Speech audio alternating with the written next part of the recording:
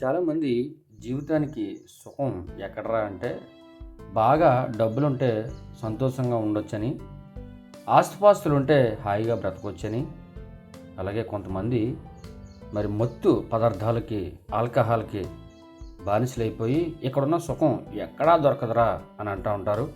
కొంతమంది అయితే ప్రేమ మైకం, ప్రేమ మత్తులో సంతోషం, సుఖం ఉందని అభిప్రాయపడతారు.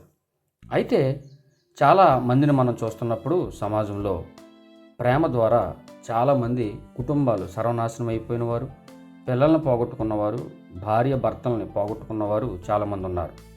అలాగే వ్యసనాల పాలయ్యి ఇబ్బందులు పడ్డవారు కూడా చాలా ఉన్నారు. డబ్బు కోసం అన్నదమ్ముల్ని చంపుకున్నవారు, తండ్రిని చంపినవారు, స్నేహితుల్ని చంపినవారు ఉన్నారు.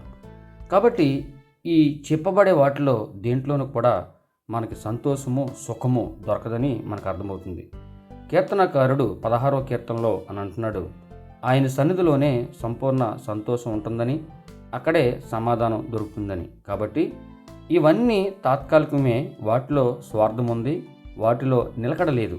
దేవుని ప్రేమలో మాత్రం ఎప్పుడూ సమాధానం ఉంటుంది. దాన్ని పొందుకుందాం.